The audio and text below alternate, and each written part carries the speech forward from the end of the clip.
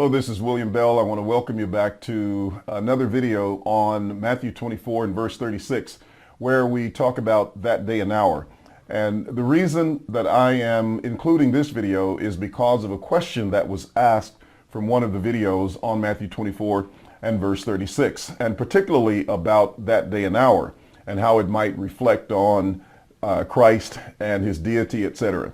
I have put a comment on that in the video, and I think it's video number 1, where you can go back and read that on YouTube or whenever you pull that video up and watch it.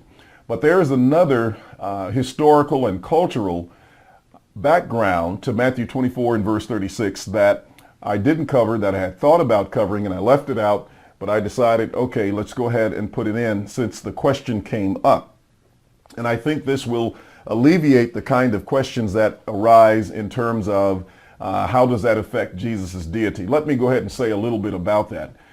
We know that Jesus stated that he was equal with the Father according to Philippians 2:5 through 8, where he says he thought it not robbery to be equal with God. Now, even at that, we still get an idea that the Father is above the Son, or as he says in John chapter 14 and verse 58, my Father is greater than I.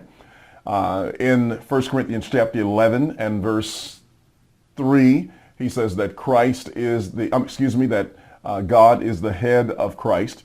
And even in Psalm 110, the Bible says, the Lord said to my Lord. So there does seem to be some authority of the Father over the Son. It doesn't mean that the Son is less divine or is not divine, but it does indicate that during his earthly ministry, even before, rather, he was incarnated, before he came into the world, and even after he came into the world, when he says he thought it not robbery to be equal with God or something to be grasped or held on to, he divested himself of some of his glory in some sense, because at the close of his ministry, in John chapter 7, he says, Father, glorify me with the glory that I had with you before the world was.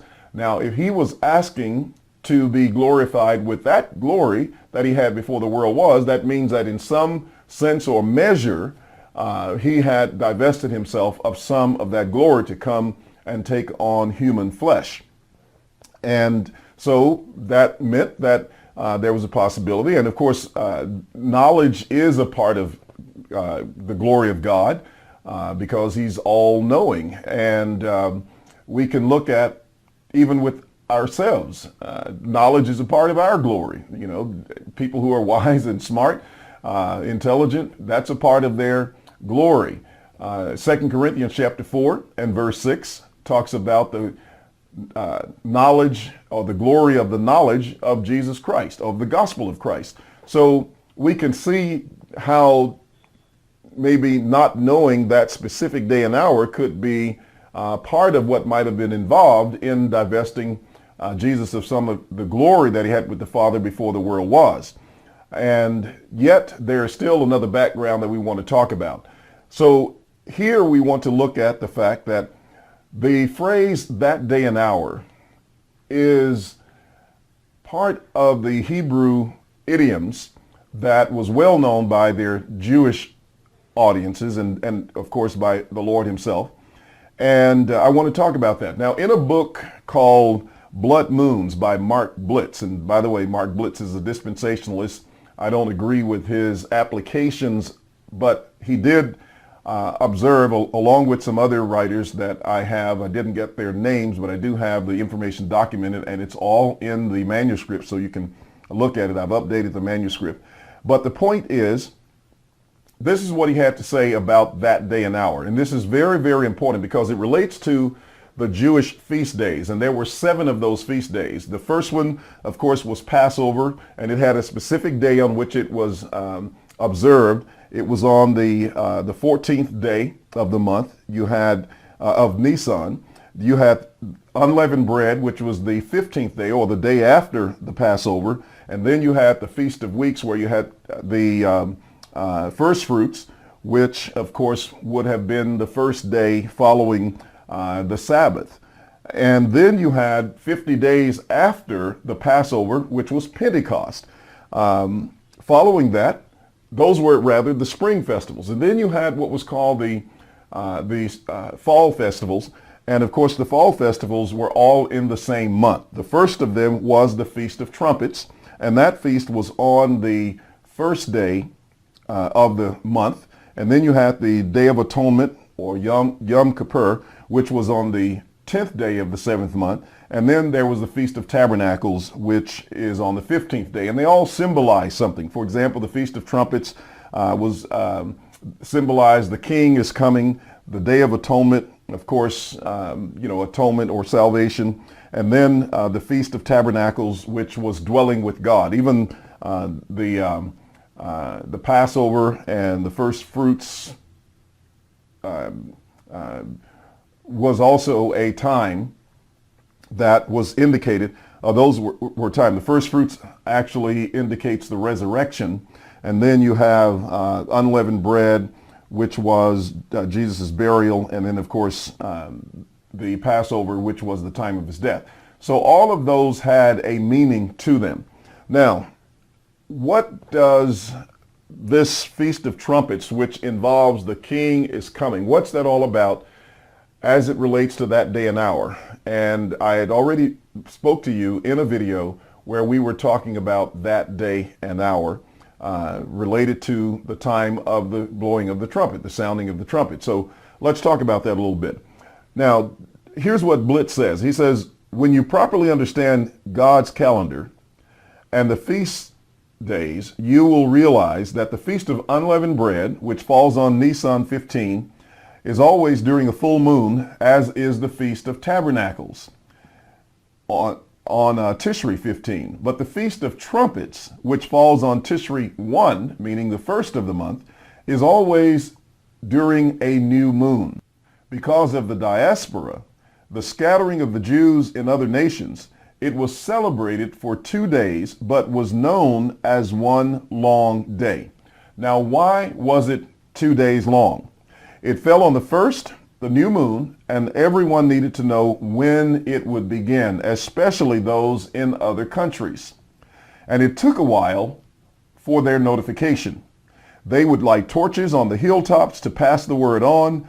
It's easy to determine when a feast is when it falls in the middle of the month. You just start with the first day of the month and keep counting. But how do you know when the first is?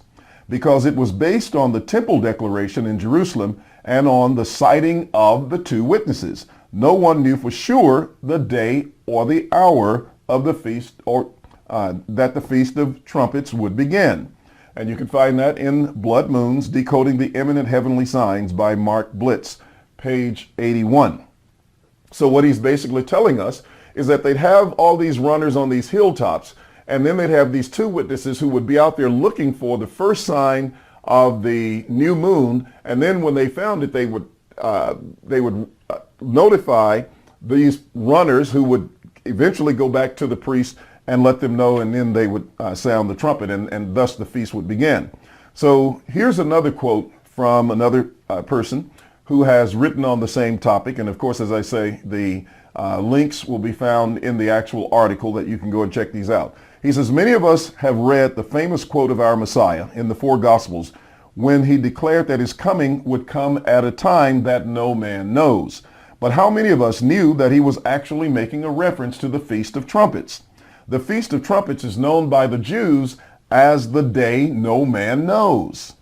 And why is it called this? Because it is the feast that can only be determined by the sighting of the new moon. And so no man can calculate the exact day or hour when this feast day will begin. Now, it's important to understand that they knew that the feast day was going to come every year. And they also knew that it was going to come within that month. But they didn't know the exact day and hour that it was going to come, and that's why they needed the two witnesses who would then notify them before they could sound that last trumpet blast. He also goes on to say, I learned that the phrase, no one knows the day or the hour, is a Hebrew idiom referring to the appearing of the new moon, when the old moon wanes until nothing is left. The new moon appears anywhere from a day and a half to 3.5 days afterwards. Often it appears 3 days afterwards because the new moon celebration is a reminder of the death, burial, and the resurrection of the Messiah. But the moon is not always buried for 3 days before its rebirth. So no one knows. You just have to watch and wait for its appearing. Sounds just like the context of Matthew 24, particularly the time after Jesus makes that statement, but that day and hour no man knows. The only annual feast day of the Lord, which is celebrated at the new moon, is the Feast of Trumpets. And we can see in the above passage, Jesus refers to the appearing of the new moon by the common Hebrew idiom, no one knows the day or hour. He also refers to his coming in the same context. Now, he asks, was he teaching his disciples that his coming was associated with the Feast of Trumpets? Many believe he was. He fulfilled all the spring feasts at his first coming, and if the pattern holds, he will fulfill all the fall feast at his second coming. Now, obviously, this is a person who believes the coming is yet future, but our position is that it has already occurred, and our point is that he fulfilled the fall festivals at his second coming, because they are all these dress rehearsals that relate to the eschatological coming of the Lord. And Jesus' first coming was an eschatological coming because it was in the last days. Now, here's the last quote. Since they did not know the day and the hour of the new moon, the high priest had 2 witnesses to literally observe the first sighting of the new moon, then confirm with them at which time they blew the trumpet to begin that festival. It was a common Jewish idiom and forms the basis of Jesus' not knowing the day or hour for that final trumpet sounding. His Jewish audience would have readily known what he was speaking about. And this is why we say that it's so important for us to understand the connection between the Old Testament and the New Testament. I remember as a young preacher, we had these preachers who would go around and they would almost be bragging that they didn't have to use the Old Testament, or call themselves the New Testament church, and they would walk around with New Testaments, thin, just like this one. As a matter of fact, I bought this one, sitting there as this naive little young preacher, and when I saw the older preachers get up and they just had these New Testaments and they just quoted and claimed they were the New Testament church and not the Old Testament, they would use these. So I bought one, and I learned later that was one of the biggest mistakes, to disregard this. And this stems from this idea that some have that the Old Testament ended at the cross, which we deal with quite extensively in showing that it did not, but that it continued until 70 AD. And so as a result of that, you lose all this rich historical culture and historical context of these events that the Lord was talking about. You've got to go to the Old Testament to get that information, and therefore to apply it in these New Testament passages to understand them. And so a person, once again, who was of Jewish background, in that audience that Jesus was talking to, they would have known exactly what he was talking about. And that's why verse 31 talks about the sounding of the trumpet. It's the Feast of Trumpets. It's the coming of the King. That was the time of the resurrection, which we established in the previous verses. But that's the historical and the cultural meaning behind this concept of that day and hour. It was a Jewish idiom, and they all knew what it meant. So the idea is the same, just as we said before. It just simply meant they didn't know at the time, but later on, when they got the witnesses, they got that information. It's no different with what Jesus was saying, because that's what he was referring to. So I hope this video has contributed a little bit more to your understanding of this phrase, that day and hour, in showing how it relates to the entire context of the destruction of Jerusalem, of the Feast of Trumpets, of the coming of the Lord, and that chapter, Matthew 24, cannot be divided at verse 34, verse 35, or verse 36. Thanks a lot. And that concludes our videos, unless we get another question that I deem is important to bring up in this conversation. Lastly, I would like to encourage you to leave us a comment if you are so disposed regarding the information we've presented. Secondly, be sure to subscribe to our page. And then thirdly, we would encourage you to visit our website at www.allthingsfulfilled.com. And I'm going to add one more on this one. If you're on any social networking site, be sure and socially bookmark the videos. And, usually you have these little buttons down that have Instagram, Facebook, LinkedIn, etc. Go ahead and just click on that button if you have one of those accounts and bookmark the video, because it just helps other people to see it. And that's what we want to do. So with that, once again, thank you for watching, and I'll see you maybe after the next question. And if not, I hope you've enjoyed this series of videos on Matthew 24, verse 36, and a discussion of the word but. God bless.